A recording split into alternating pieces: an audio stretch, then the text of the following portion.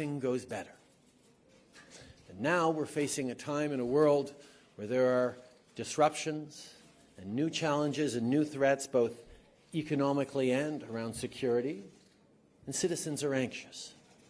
And that's why it's on us as leaders and as an alliance to be thoughtful and engaged in meeting these new challenges while at the same time being strong and united. Whether it's challenges like climate change, like shifting centers of power and new disruptive elements, or cyber threats, terrorism, or a range of other things that Canadians and citizens of the world are very aware are challenges. They want to see our leaders strong, united, and engaged to solve those challenges. That's exactly what we saw here today and what we've seen over these past 2 days. Canada remains steadfast in its support of NATO 70 years after its creation. We stand with our allies in unity as we face the challenges of the future. Once again, thank you all for joining us. Merci d'être avec nous aujourd'hui. Prime Minister, this morning when you approached President Trump before the meeting, did you apologize to him for your remarks last night at Buckingham Palace? And if so, what was his response? We had a great meeting yesterday between me and the President. We talked about the kinds of things that really matter to Canadians, whether it's how we've been moving forward on NATO, whether the progress being made and NAFTA is going to continue, which we're confident it will. We talked about the challenges of China, and we also talked about a few things. Last night I made a reference to the fact that there was an unscheduled press conference before my meeting with President Trump, and I was happy to take part of it, but it was certainly notable. And I've had a number of good conversations with the President over the course of this day and yesterday. Okay. J'ai eu une très bonne bilatérale avec le président hier. On a parlé de notre progrès sur l'ALENA. On a parlé de l'OTAN et nos investissements dans les forces armées canadiennes. On a parlé aussi de la Chine et d'autres défis. Et on a fait ça aussi à avoir une conférence de presse tout à fait imprévue. Et c'est ça que je partageais hier soir au souper. C'est certain que j'ai eu plusieurs conversations avec le président aujourd'hui et hier, et ça a tout bien été. When you told President Macron and Prime Minister Johnson that you saw Trump's team of advisors' jaws drop yesterday, what were you referring to? What was it that caused that surprise among them? We were all surprised and I think pleased to learn that the next G7 will be at Camp David. I think that was an unscheduled announcement, and I think everyone's team, every different leader has teams who every now and then have their jaws drop at unscheduled surprises, like that video itself, for example. Prime Minister Lee Berthiaume, Canadian Press. What value did you see for Canada in talking about President Trump behind his back that way? I think we recognize that there are, as we talk to G7 leaders, an interest in where the next G7 meeting is going to be. And I was pleased to share with them the story of how that came about, that we are going to be gathering, apparently, in Camp David in the coming year for the G7 meeting. And how do you respond to those who say you may have jeopardized USMCA, other bilateral relations with the U.S. with your comments, and will you be more careful in the future? The relationship we have with the United States is an extraordinarily important and effective one. We have renegotiated NAFTA to be a better deal for Canadians, for Americans, and for Mexicans. We're moving forward on military collaborations. We're working together on the world stage on a broad range of things. And the relationship between Canada and the United States is extremely strong. And I have a very good relationship with President Trump and his team. Good morning, Prime Minister. Murray Brewster with CBC. Did you feel put on the spot yesterday when President Trump asked you precisely how much Canada was spending in terms of GDP on defence, and also his characterization of Canada as slightly delinquent when it comes to defence spending? Well, I think we saw from last year at NATO that this is a concern that the United States legitimately has, that every country needs to step up in different ways and make sure that we are contributing fully to NATO. As we have shown over the past year, not only are we increasing our defense spending by 70% over this decade to ensure that we're able to provide to the men and women of the armed forces the tools they need to engage in the world the way we and our allies expect us to. We've continued to step up in leadership roles, whether it's being the first leaders for the first 2 years of the NATO training mission in Iraq, whether it's leading the Enhanced Forward Presence Battle Group in Latvia, whether it's engaged in a broad range of NATO operations and initiatives in Europe and around the world.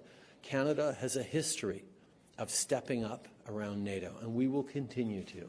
And the reflection on the increased investments we're making was really important, and I was glad to have that conversation with the President.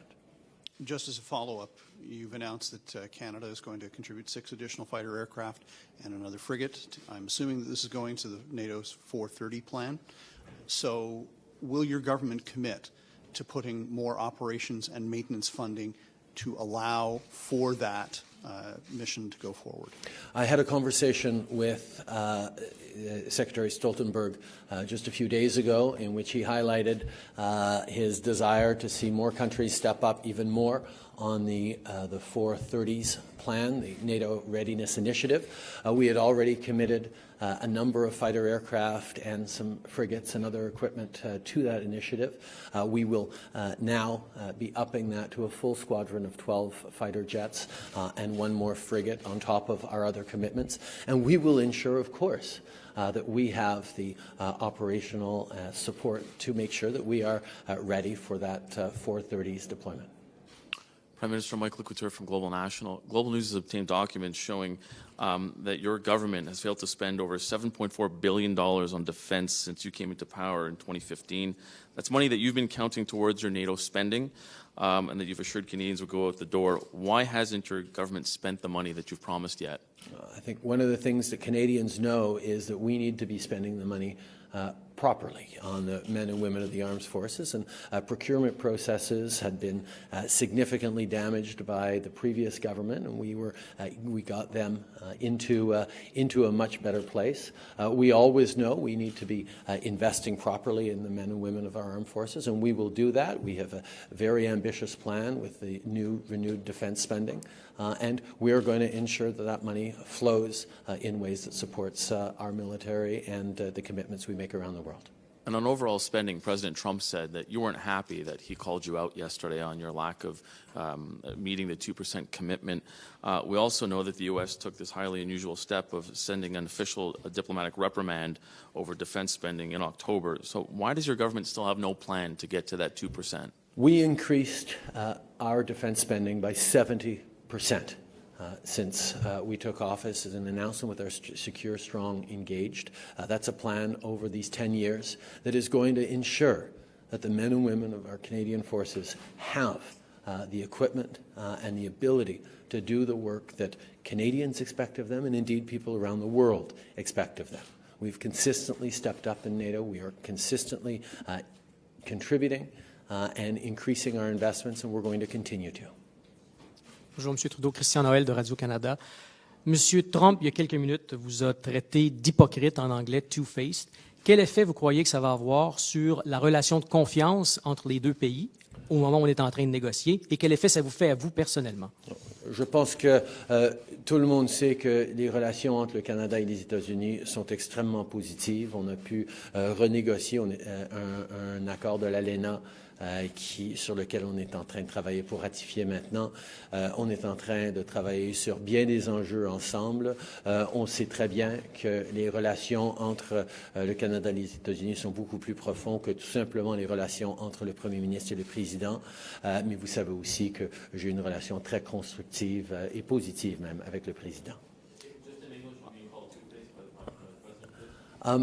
I think people know that the relationship between Canada and the United States is deep and goes far beyond the relationship between Prime Minister and the President. Although I will say, as you all know, we have a very good and constructive relationship between me and the President that has allowed us to move forward on protecting our workers through the renewed NAFTA deal, through the steel tariffs, which we got lifted, through many initiatives that we work on together in North America and around the world. We will continue to have an excellent relationship.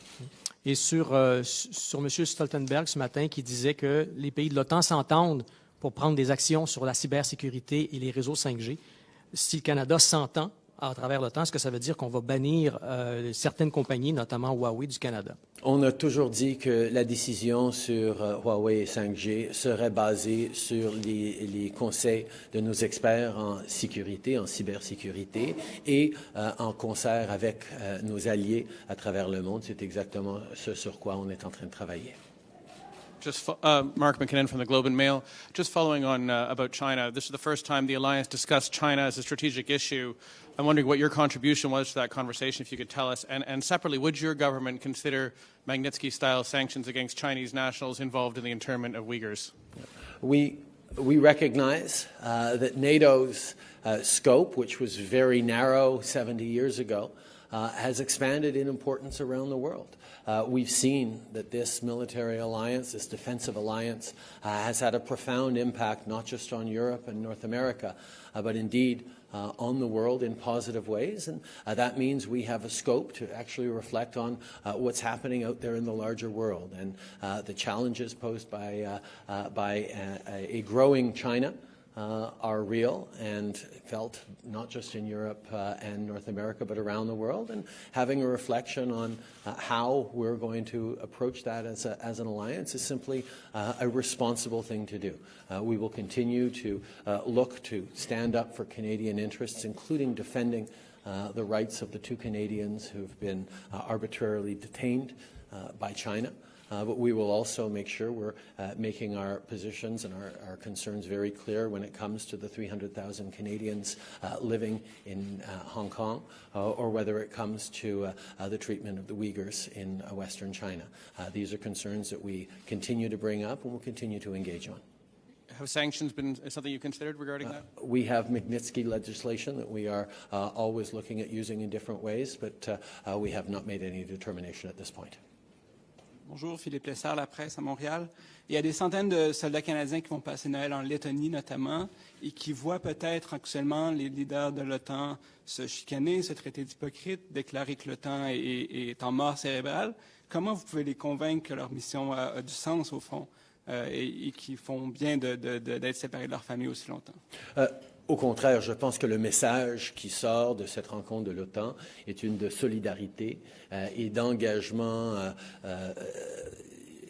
intelligent et franc par rapport aux défis auxquels on est en train de s'affronter comme planète.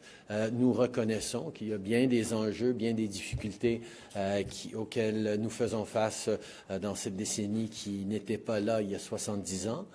Mais ça demeure extrêmement important pour le Canada d'avoir des Canadiens qui défendent cette alliance, qui défendent nos valeurs, y compris en Lettonie, où on fait un job extraordinaire pour assurer cette sécurité. Parce que nous savons très bien que la sécurité du Canada serait affectée par une rupture ou une attaque sur l'OTAN, même si ça se passe de l'autre côté de la planète.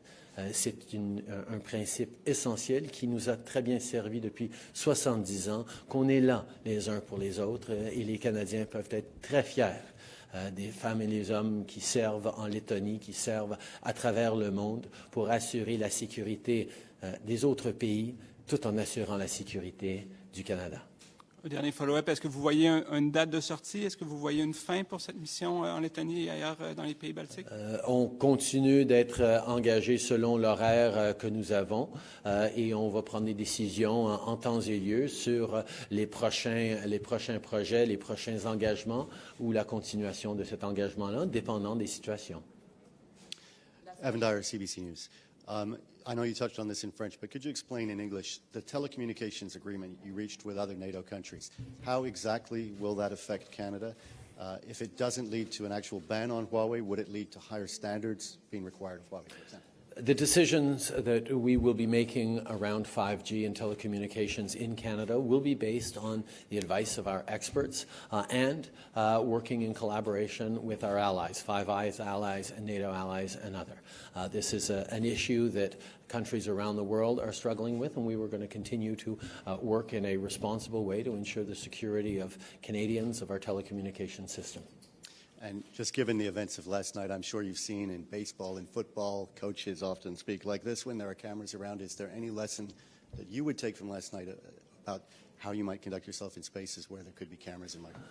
I think the lesson is always one that this is an important meeting in which we had significant achievements in unity, in thoughtful approaches to the future of NATO, where we came out strong and united, and to endeavor to keep the focus on the substantive issues that were discussed, and the positive news that we move forward is something that we're all going to try to do a little harder.